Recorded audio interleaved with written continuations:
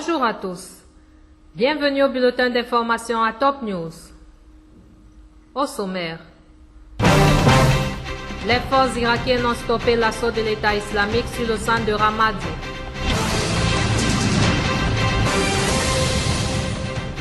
Hygiène alimentaire. Le gouvernement crée un comité de coordination technique.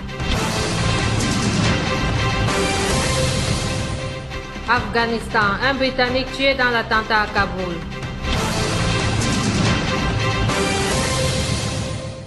Mesdames et messieurs, voici les détails.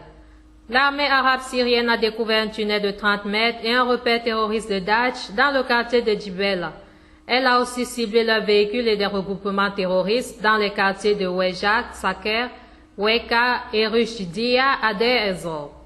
Dans la banlieue de Homs, des unités de l'armée ont détruit des entrepôts de munitions et des armes des terroristes du Front al-Nosra dans les fermes d'Ahmad Salim et Abdel Aziz Obed, près de la mosquée de Mustafa Arastan, en tuant plusieurs autres terroristes dans de nombreux villages de la banlieue.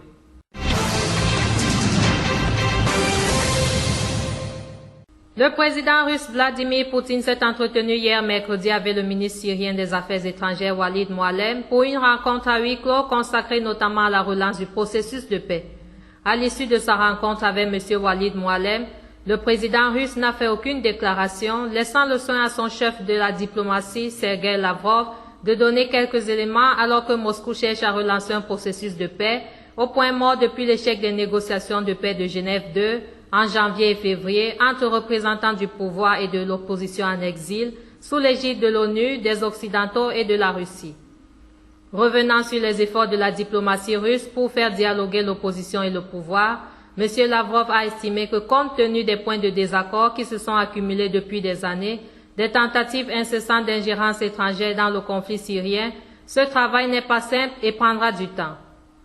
Pour sa part, Walid Muallem a salué des entretiens très productifs avec le chef de l'État russe et le chef de la diplomatie Sergei Lavrov. Il a affirmé que Vladimir Poutine a confirmé la résolution de la Russie à développer ses relations avec la Syrie et à combattre le terrorisme, selon l'agence TASS. Liban. Une commission ministérielle réunie mercredi sous la présidence du premier ministre libanais Tamam Salam a créé un comité de coordination technique entre les ministères concernés par le dossier de la sécurité sanitaire des aliments, rapporte la LBC1. Le rôle de ce comité sera d'assurer le suivi des aspects techniques du dossier de l'hygiène alimentaire et de la consommation quotidienne des Libanais. Le ministre de l'économie Alain Hakim a en outre indiqué que les usines de Lapneh, fromage blanc, qui ont été fermées seront poursuivies par la justice. Le détenu islamiste syrien Imad Joma, lié au Front al-Nosra, a estimé que les négociations pour libérer les militaires enlevés par les djihadistes à Ersal sont une perte de temps, rapporte jeudi le quotidien As-Safi. Imad Joma aurait demandé d'être jugé après avoir perdu espoir dans les négociations. Il estimerait qu'un procès pourrait aboutir à la libération de manière plus rapide qu'un éventuel échange entre les militaires otages. Imad Joma aurait par ailleurs fait remarquer que les djihadistes bénéficiaient de maisons chauffées en guise d'abri pour le cas où l'État libanais parierait sur le froid qui joue en défaveur des ravisseurs supposés retranchés dans le jute de Ersal.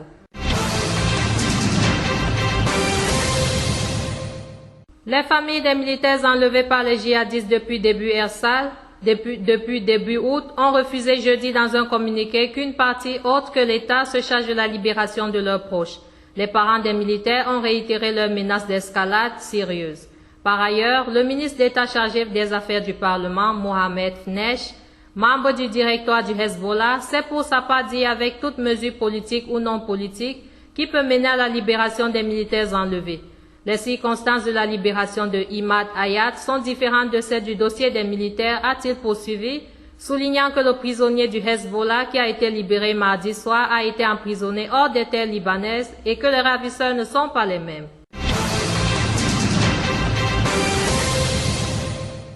Les forces irakiennes et des tribus alliées ont stoppé une offensive du groupe État islamique sur le centre de Ramadi, chef-lieu de la province stratégique d'Al-Anbar, que les djihadistes contrôlent déjà en grande partie, a annoncé une source militaire jeudi. Les combats avaient débuté dans la journée de mercredi, après le retrait de l'armée et de la police d'Al-Hos, un secteur allant du sud de Ramadi jusqu'au centre-ville. Ces affrontements ont fait 4 morts et 21 blessés dans les forces gouvernementales, selon l'officier et un médecin. Le nombre de victimes dans les rangs djihadistes n'est pas connu. Le colonel a précisé que des renforts avaient été déployés dans la ville.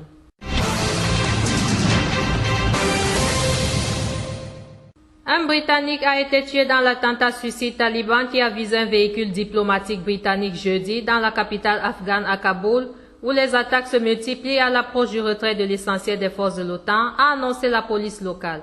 L'ambassade britannique à Kaboul, qui avait annoncé un peu plus tôt que plusieurs de ses employés avaient été blessés dans cette attaque, qui a également tué au moins 5 civils afghans, n'a pas commenté cette information. Merci à vous qui nous suivez de Beyrouth et partout ailleurs. Bulletin présenté par Anastasie et Kame.